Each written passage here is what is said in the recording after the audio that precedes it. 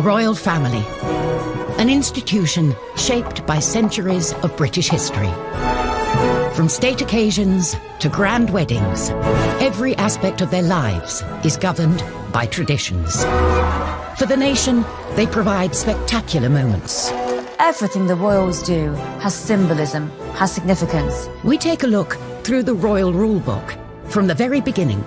The traditions of birth. We have this tradition of royal women coming out of hospital, having just given birth, carrying the baby, having to look all happy. We examine the traditions of marriage. It was always a sort of belief that the prospective bride had to be a virgin. Diana obviously proved to be the ideal virgin. And those of grand state occasions. My lords and members of the House of Commons. The Queen does not come to the Commons. The last time a monarch came to the Commons was Charles I, and he rode his horse into the Commons and tried to arrest 5 MPs. We meet the photographer who spent decades covering royal traditions. I was actually witnessing history in the making, there's no question about that. And we shine a light on the modern royals who are shaking up the system by doing things their way. I loved that Meghan came out and really showed her post-bump. We reveal the moment Obama got it horribly wrong. You can see Her Majesty sort of look at President Obama as if to say, oh my gosh, what are you doing? And the incredible letters from Princess Margaret to Parliament when she nearly caused a crisis by breaking tradition. She said, I am particularly anxious that whatever may happen may not cause any embarrassment either to you personally or to the government. She knows everything is hanging on this. These are the secrets of the royal traditions.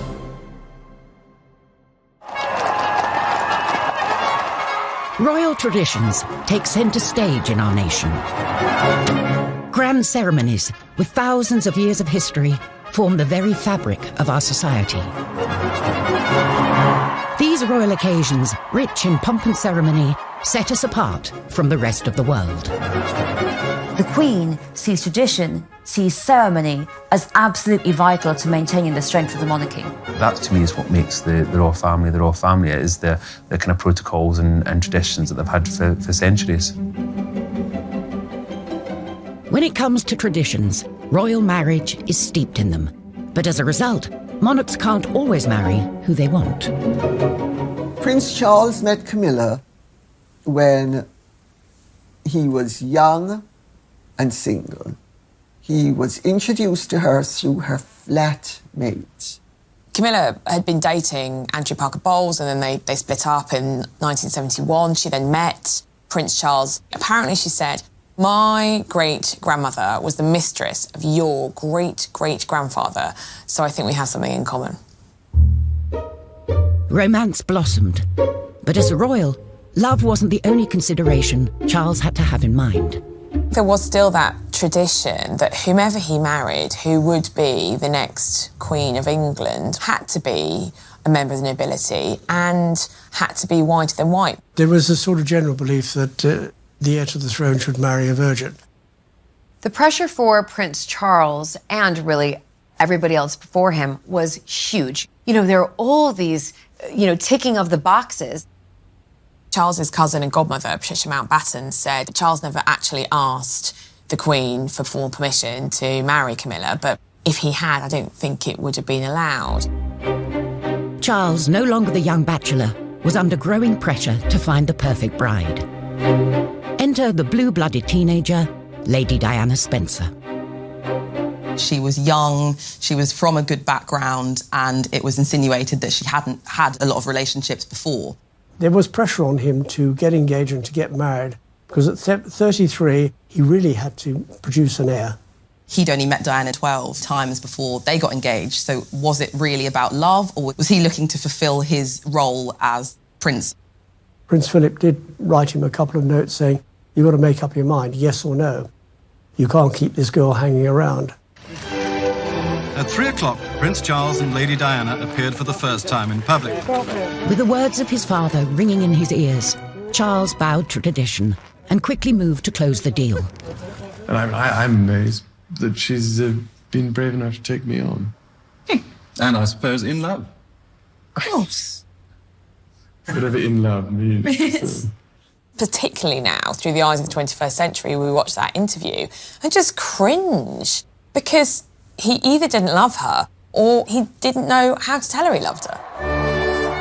In July 1981, the traditional fairy tale wedding played out in front of a global television audience of 750 million. But both, in fact, had reservations. A couple of days previously, Diana had had supper with her sisters, and she said, I don't think I can do it, I don't think I can go through with it. And one of them said, bad luck, Dutch, the nickname for Diana, bad luck, Dutch, your face is on the tea towel now, you've got to do it. And she already at that point thought that Charles had a mistress in Camilla Parker Bowles, and of course, she was right. Tradition, which brought the two of them together, was not enough to save the marriage, which ended in separation in 1992 and finally came to a close in 1996 with divorce. The traditional way of doing things just didn't work. If Charles had been allowed to sort of pursue who he wanted and marry who he wanted, it would have saved Diana a lot of heartbreak, and it would have saved the whole family a lot of heartbreak. Coming up, the very special christening gown, passed down through every royal generation for over a century. The Honiton lace christening gown is the most wonderful symbol of royal tradition. And discover how Princess Margaret had to choose between breaking tradition and losing everything. They say to her that yes, she can marry him, that's fine, but she must lose her title and she will lose her position.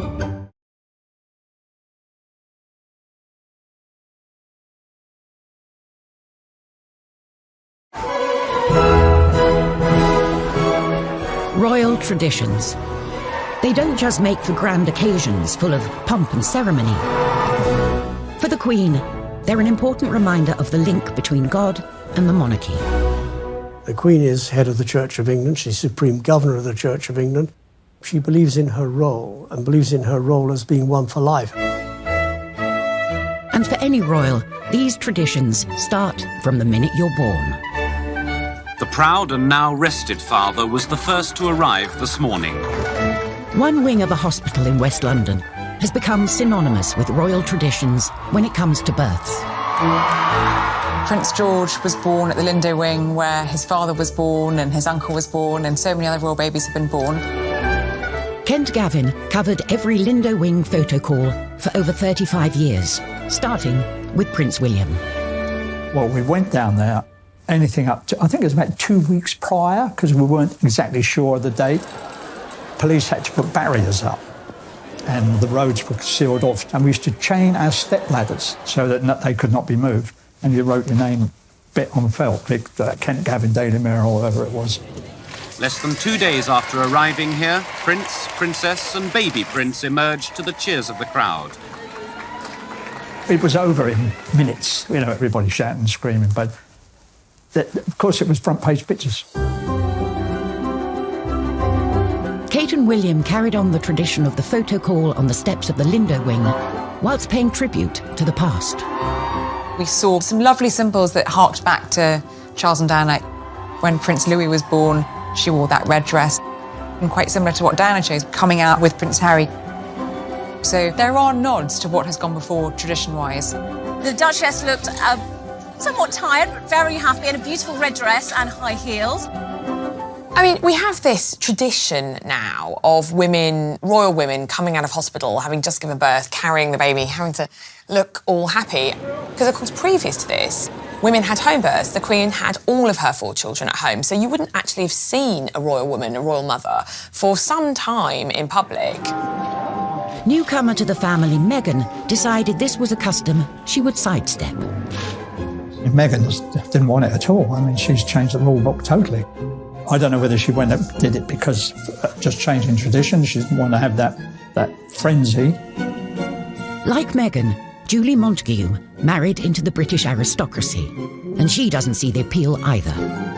Listen, I've had 4 children. I can't imagine having to give birth and then have hair and makeup done, put on a dress and a pair of heels, and stand outside my hospital and have a photo opportunity.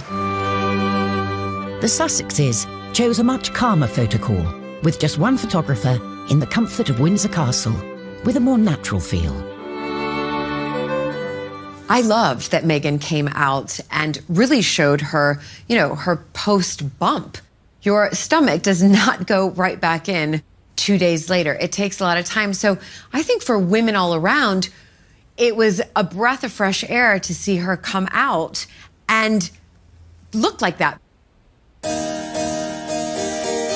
Perhaps this modern tradition of showing the baby within days of being born can be traced back to a curious incident in the 17th century, during the warming pan scandal. In 1688, there were wild rumours that James II and his wife, Mary of Modena, had not actually had a child.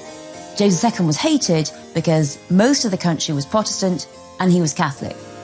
His second wife, Mary of Modena, fell pregnant. After not being able to have a child for a long time, suspicion soared. They basically said that Mary of Modena had a fake bump, and she gave birth, apparently, to a son. But immediately everyone said, no, she did not. She gave birth to a stillborn child, or a girl, and instead it was whipped away, and a new baby was brought in the warming pan. And this was a huge scandal. No one believed that the baby was real.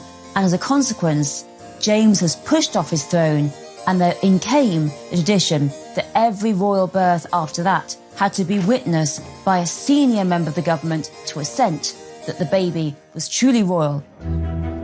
Thankfully, no such scandal with the more recent royal births. And when it comes to traditions, first on the royal baby to-do list is the christening, where everything down to the gown has a story. So the Honiton lace christening gown is the most wonderful symbol of royal tradition when it comes to royal babies. It was the christening gown that Queen Victoria and Prince Albert had made for their first child, Princess Victoria, for her baptism in 1841. Made of fine lace from Honiton in Devon, it was used as the christening gown for every king, queen and minor royal for 163 years, including our current queen, for her christening in 1926, and Prince Charles in 1948. Here is the first picture of His Royal Highness Prince Charles of Edinburgh, second in the line of succession, just 4 weeks old.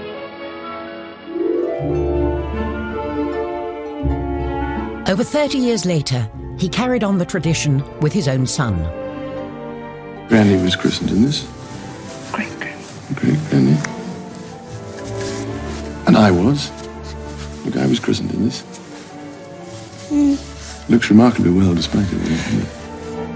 The Victorian gown finally took one too many royal dribbles. And then in around 2004, when Prince Edward and Sophie Countess of Wessex's firstborn, Lady Louise, was wearing it, the Queen noticed that it was looking quite fragile. And she commissioned her dresser, Angela Kelly, to make an exact replica of it to be worn by future babies. And since 2004, the gown has been worn by every royal baby, right up till Archie. As well as the gown, a big part of the christening experience is the all-important pictures with the family. Kent Gavin was handpicked by the palace as the only photographer for Prince William's big day in 1982. On arrival at the palace, I was given a list of the running order to which I could expect the photo call to take place. And the first one was Diana and Charles, and the only thing was that William was crying his eyes out. But Diana had the solution to that, on and off during the photo call, and that was to put her little finger in his mouth. About 3 minutes had taken place before that picture was taken because of William hollering and hooting.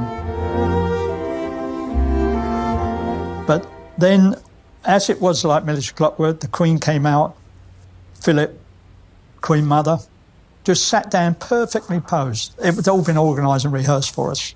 But it was William who was stealing the show, obviously, because of his crying. And normally we would have been present for those sort of pictures.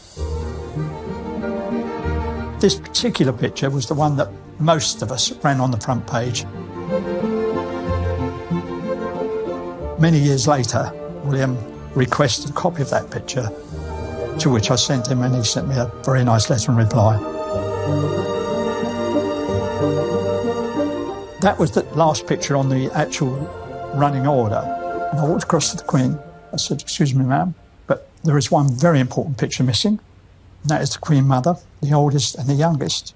And she went, goodness me, how have we missed that, And she called out, mother, mother, and she sat down there. Diana handed William over, and that magic, yes, wonderful picture. And of course the Queen was very grateful as well. She has a whole set of all of these pictures. Royal babies aren't just born into the Windsor family, but into an institution with hundreds of years of strict traditions.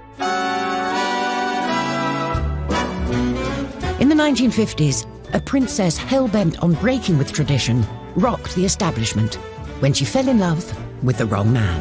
When Princess Margaret was a young woman, she fell hopelessly in love with a member of the household, the equerry to her father, Group Captain Peter Townsend. He'd been a war hero, he was handsome, he was charming, but he was divorced. In 1953, Townsend proposed to the 22-year-old Margaret. But by law, as a member of the royal family under 25, Margaret needed the Queen's permission before she could say yes. Divorce was still a taboo subject. The Queen was forced to make very difficult decisions with her own sister. As head of the church, the Queen felt she couldn't sanction the marriage. She asked Margaret to wait for 2 years, as at 25, the matter would then be up to Parliament. They knew that there was every likelihood that if they bought time, they might be able to sabotage Margaret's relationship with Townsend.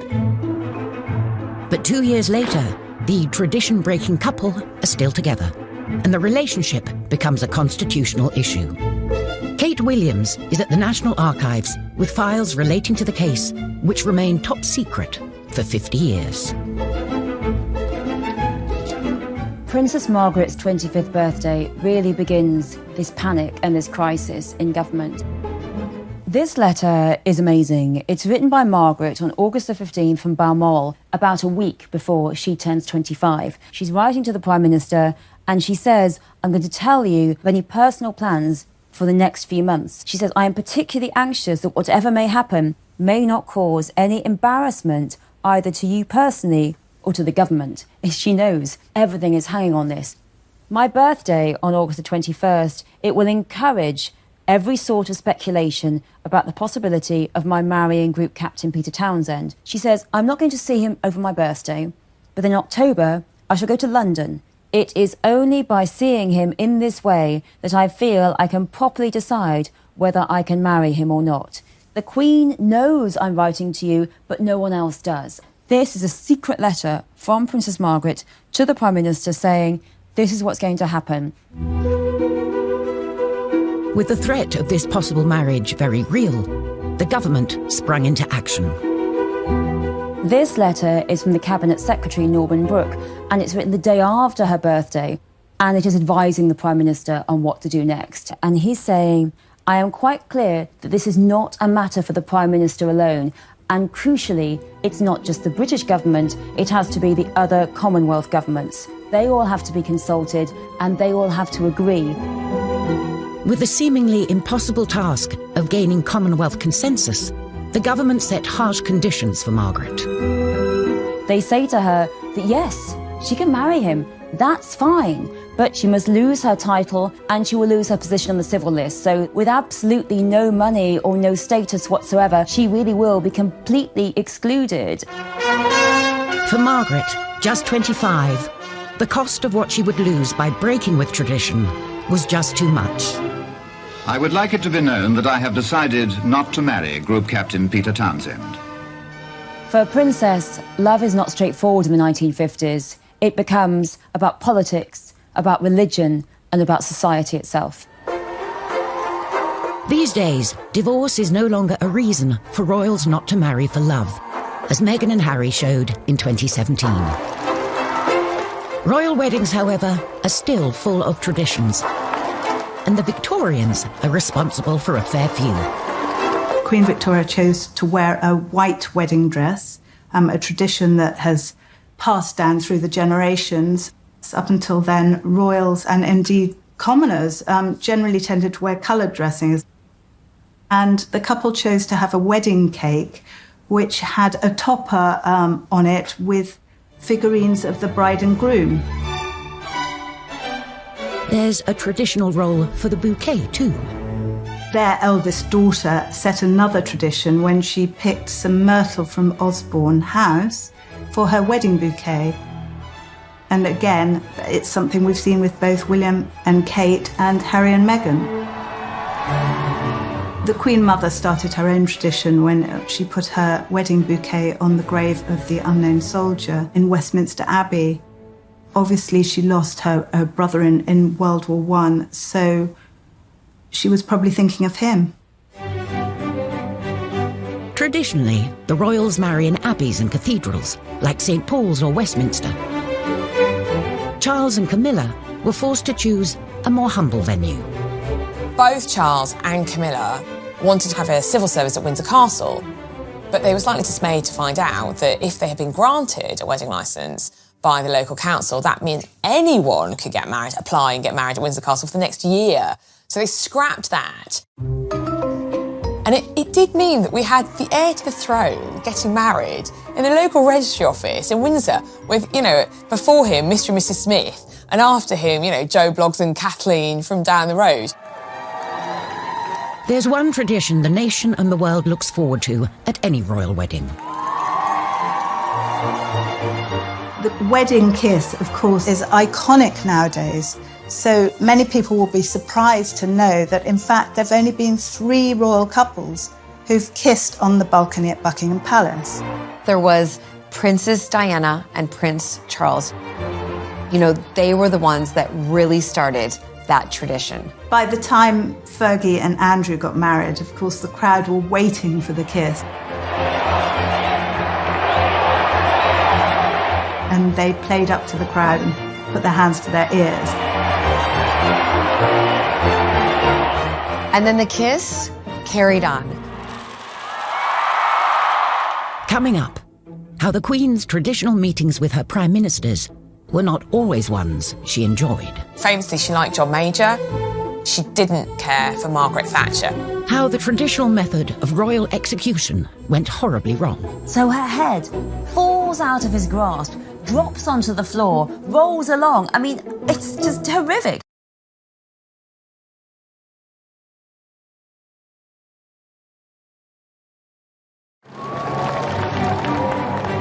Our Queen, the longest-serving monarch in British history.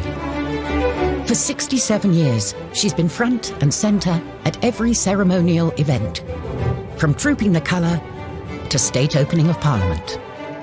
If the Queen were a stick of rock and you cut it through, you would read duty written on her insides. As head of state, it's the Queen who has to give final sign-off before any act of Parliament can become law.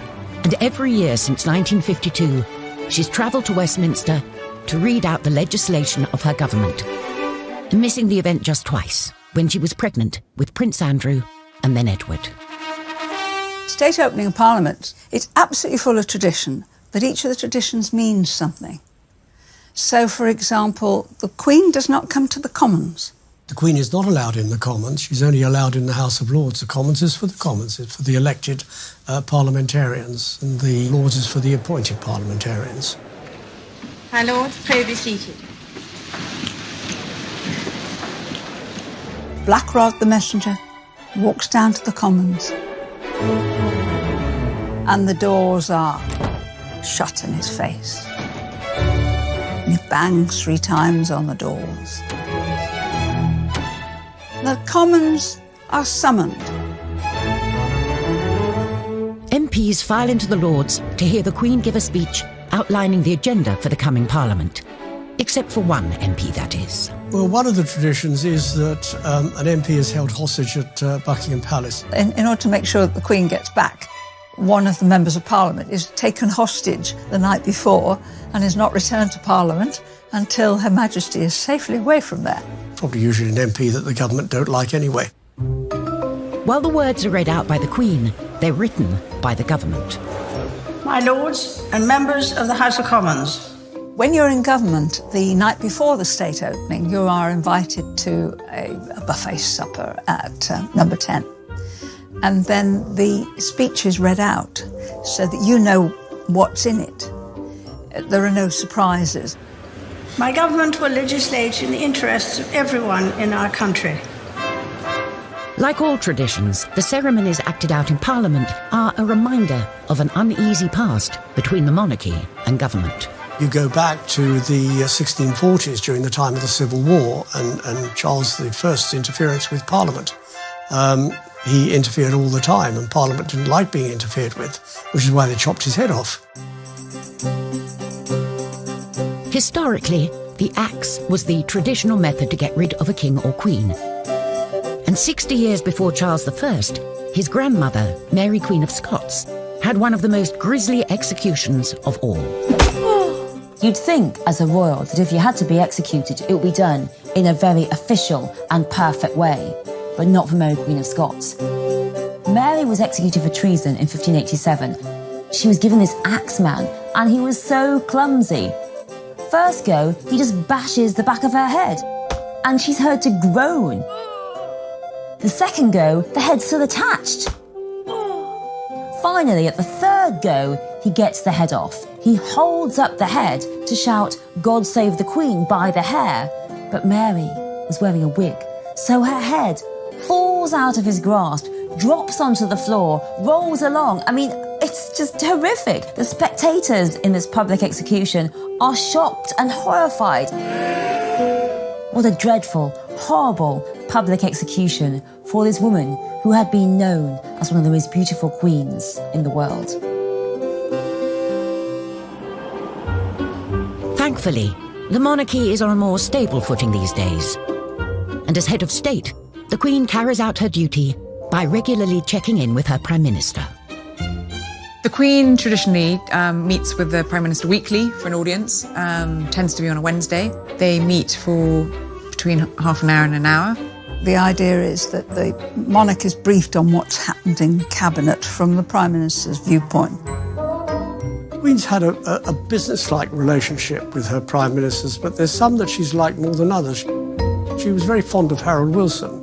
She was very fond of Jim Callaghan. Famously, she liked John Major. She quite liked David Cameron. She didn't care for Margaret Thatcher. Margaret was hugely deferential. She adored the monarchy and would be almost kind of crawling, which irritates a strong personality, doesn't it? And Margaret Thatcher may also have rubbed the Queen the wrong way when, in 1982, she took the salute from the armed forces, a role usually reserved for the Queen. Margaret wouldn't have done anything deliberately to insult the Queen. Oh, no. Margaret was very traditional and would have deferred immediately. So there's obviously been a breakdown of communication somewhere that actually that's the Queen's job. On the other hand, she did rather do this a little bit in her later years. While the rest of Parliament is on their summer break, the Queen hosts the Prime Minister in a supposedly relaxing gateway in the Scottish Highlands. Every year, again, another tradition, every Prime Minister is invited to a long weekend at Balmoral where the Queen spends every... The sitting Prime Minister of the day will very often go up for a long weekend with their husband or wife and spend time with the Queen out there. Tony Blair and Cherie hated it. Cherie talks of being really embarrassed about the servants at Balmoral unpacking all of your bags and you're putting all your clothes away. And I think she famously said that she didn't want to pack contraception because she was so worried about them seeing it in her bags. And I think that's where their youngest son, Leo, was conceived.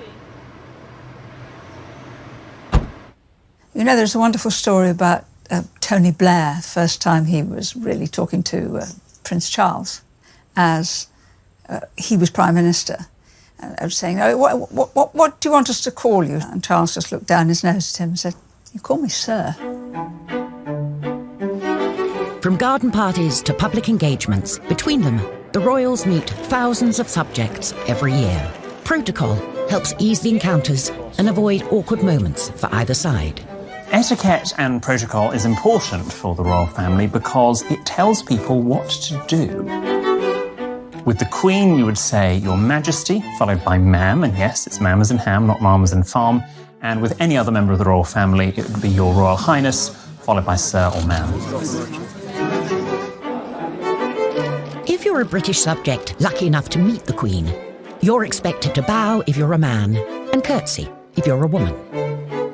Now, for men, it is not a bow from the waist at the end, like you would do at the end of a stage show. All it is a gentle bob at the neck, like so. Now, for ladies, you would do a curtsy. You keep your hands by the side, as straight back, one foot behind the other, and just a gentle bob at the knees. You don't need to do a terribly deep, grand court curtsy, like Theresa May or Margaret Thatcher did. Totally fine 80 to 100 years ago, but today, just a small curtsy will do. We need to show the monarchy some respect, so when Her Majesty has finished interacting with us, if we are the ones leaving the conversation, we don't show our back. We don't just go, yeah, bye, and walk off like so. Instead, you take a few steps backwards before turning and walking away, trying not to show your back. Sometimes, even world leaders get protocol wrong, as President Obama demonstrated when he spoke over the national anthem during an embarrassing moment in 2011. Her Majesty, the Queen. So President Obama has asked everyone to stand up. So far, so good. He says the words, Her Majesty, the Queen. That's all he needs to say. Remember, it's a toast, not a speech. And then, just in that slight pause, For the vitality of the special relationship. The musicians start playing God Save the Queen. You can see Her Majesty sort of look at President Obama. To this blessed plot, this earth, this realm. And then Her Majesty herself breaks protocol. She actually interrupts the national anthem. To the Queen. And says, oh, that was very kind, thank you. So she deliberately breaks with the etiquette in order to be more well-mannered. For the monarchy, a break with protocol is rare, but occasionally it attracts people who are rule breakers keen on shaking up the system. Princess Diana was kind of the ultimate royal rule breaker, really, because she dragged the royal family kicking and screaming into the 20th century. She definitely helped transform the monarchy, and I think the royal family we've got today, especially through our boys, is very much through her influence. The Broderick ward of the Middlesex Hospital is the only specially designed AIDS ward in Britain. It was how she engaged in her charity work, which was perhaps the biggest departure. She was really the first royal that we saw in public hugging children, putting children on her lap. When we did the HIV/AIDS campaign, we were tackling serious misunderstanding and prejudice. We had a disease that was rampant and that was killing people in a horrible way and for which there was no cure. She came, she sat on the bed of somebody who was dying of AIDS, she held their hand, and it made a difference. It really did. But this break with tradition came at a cost. By opening up more to the press and the public, she grew more vulnerable to the darker side of media attention. She said to me, do you know, Ken, I was coming out of Harvey Nichols a couple of weeks ago and I got into a taxi and two paparazzi pulled up at the lights. One got off the back of the bike, undid the cab door, and she fell into the well of the cab. And he said, this person, raise your head, I've got a mortgage to pay. She was in tears when she related that story to me. I just felt for her. Behind the scenes, the monarchy wasn't happy with the change Diana was bringing. She was viewed by many within the institution as someone who was shaking things up too much. We wanted something a bit more safe, a bit more homespun. And she said, no, these are the things that need attention. These are the things that need to be talked about. It wasn't just how the royal family operated that Diana changed. She also changed the traditional way in which royals dress. Designer Jacques Azuguri played a vital role in moving Diana away from traditional royal dress and transforming her into one of the biggest fashion icons on the planet. I was always excited to see her step out in my dresses. There was just something about her wearing my dresses, you know, the Princess of Wales. And also the process leading up to her wearing that dress was always so friendly, so comfortable and exciting. This is one of the first times that she kind of went a little bit modern. It was, I'd say, probably about 4 inches above the knee, which for a princess was very, very short. Red was one of her strong favorites. As you notice, it had a little opening down the front. She wanted to actually wear it to there, showing a little bit of midriff. Of course, we didn't allow her to. Another famous dress Diana wore during an important night in 1995, where she smashed a vengeful fist through every conceivable royal protocol. It was the night of the bombshell Panorama interview, in which she made a series of startling claims, including, "There were 3 of us in this marriage." She called me actually 2-3 nights before the interview was going to go live. And she said, "Jacques, I need a dress. I've done an interview. I haven't said anything wrong. And I'd like to wear something really stunning and sexy." And I took 3 black dresses from the shop, because, you know, the royals are not usually able to wear black unless it's for mourning.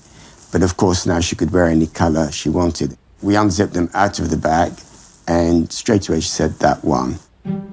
And she wore this attending a cancer fundraiser while the interview was going out. And again, the décolleté on here was very low for the time. Her birthday was coming up in July, and that's where we come to the birthday dress here. She was meant to be wearing another dress for the Tate centenary, but I think as a thank you to me, she actually wore this dress.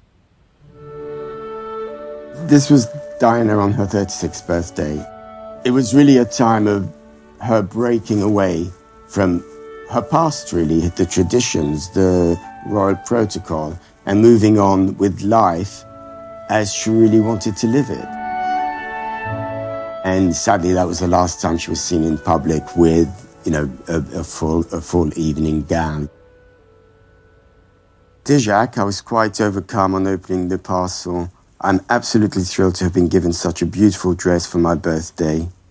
Thank you more than I can possibly say for making this day particularly special. Lots of love, Diana. Coming up, Meghan Markle's bumpy introduction to the world of royal traditions. Meghan was criticized for one of the most minor things I've ever heard about, like having a messy bun. And how the royals are kickstarting new traditions fit for the 21st century. When Sussex Royal came about, it racked up over 3 million followers in less than 24 hours, and that broke a Guinness World Record.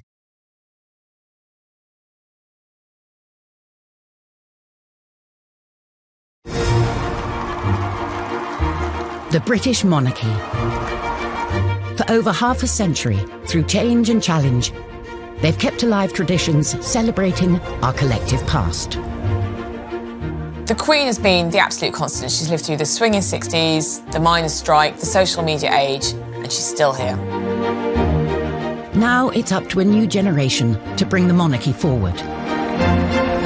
Meghan Markle is one of the most talked about modern royals.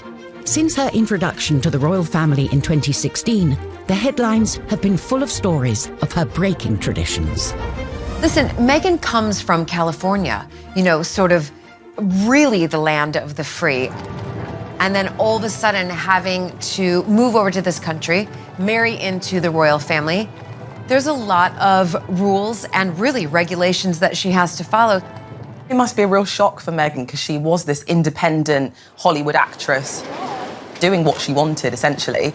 And now something as innocuous as her closing a car door, headlines around the world. She's closed her own door. Oh, my God. Meghan was criticized for one of the most minor things I've ever heard about, like having a messy bun. I mean, honestly, please find something else, because I actually thought that messy bun was really cool. Meghan shouldn't have worn black nail varnish. I mean, honestly, there is no protocol on what colour nail varnish a royal woman should wear. If anyone's criticising Meghan for not wearing tights, let me tell you something. Sarah Ferguson, Duchess of York, didn't wear tights. I was at an event as minister where she came to do an opening, and she turned up actually looking scruffy, which is a no-no, because the people who are there, they come to see the magic and the style and the grace of royalty. Kate, who stuck to the traditions rulebook, received the opposite criticism from Meghan when she was labelled robotic. I get to see them privately, the royals, and drinks receptions, and she's actually got a wicked sense of humour. But I don't think Kate feels that she can ever kind of let that show publicly, because that's not really what's expected of her as the wife of a future monarch. The young royals are creating new traditions fit for the 21st century, thanks to the new digital age. The social media development, in the royal family has been a big thing in the last few years. You've seen Instagram accounts. But when Sussex Royal came about, it racked up over 3 million followers in less than 24 hours, and that broke a Guinness World Record. So you can see that there's definitely an appetite for people wanting to know what the royals are up to all the time. And it definitely gives them much more control over the story that they want to tell. For Prince William, being able to take back control is personal. William and Kate rarely allow their children to be seen in public, so their presence here guarantees a media frenzy. I was on a shoot with Prince William. We were talking about how things were regarding his mother. And he said, I can assure you that I will never, ever let happen to my wife or my children to what happened to my mother. Kate has increasingly taken the tradition of royal photography into her own hands. The royals are issuing and controlling their own images. I'm not on about the public events. I'm on about the birthdays or the special event. You get these lovely pictures that Kate issues. It's taking the sting out of paparazzi, if you like. As is tradition, the monarchy will one day pass over to Charles. I think Prince Charles, in many ways, will be a very good sorbet monarch. He'll be a lovely palate cleanser between what we have now and what we will have in the future. Charles, I think, sees the future of the British monarchy similarly to some of the European monarchies, which have kind of massively slimmed down. We've seen that in balcony appearances. We've seen just the Queen with Prince Charles and Camilla and his sons and their spouses. And unlike the Queen, whose opinions remain secret, Charles has already expressed his views in public on topics ranging from the environment to architecture. Charles, I know that he is itching to get involved in government politics and itching to get involved in lobbying at that level, but of course it's not allowed, so it's going to be really interesting to see whether or not he can hold back. So I can only urge you to think of your grandchildren as I think of mine, and of those billions of people without a voice. What he will find very hard to do will be to curb his statement of his opinions, or pushing the government to do things. We don't want the royals to take sides. We really don't want the royals to express opinions on things. Whoever is on the throne and whatever they wish to express, one thing is for certain. These royal traditions, which have been at the very heart of our nation and monarchy, will remain. This is what makes the United Kingdom, this is why we get the number of tourists we do get, because we do have traditions, and our traditions go back historically hundreds of years, and it's important that we maintain them. Royal traditions are like the fulcrum around which the family circulates. Individuals come and go, but the royal traditions are always there. All those great British traditions will remain. That is what makes the royal family the British royal family.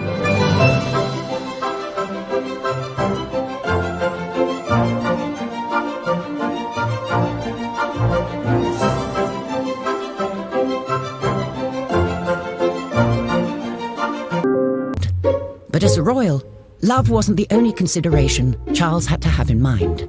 There was still that tradition that whomever he married, who would be the next Queen of England, had to be a member of the nobility and had to be whiter than white. There was a sort of general belief that the heir to the throne should marry a virgin. The pressure for Prince Charles and really everybody else before him was huge. You know, there are all these, ticking of the boxes. Charles's cousin and godmother, Patricia Mountbatten, said that Charles never actually asked the Queen for formal permission to marry Camilla, but if he had, I don't think it would have been allowed. Charles, no longer the young bachelor, was under growing pressure to find the perfect bride. Enter the blue-blooded teenager, Lady Diana Spencer.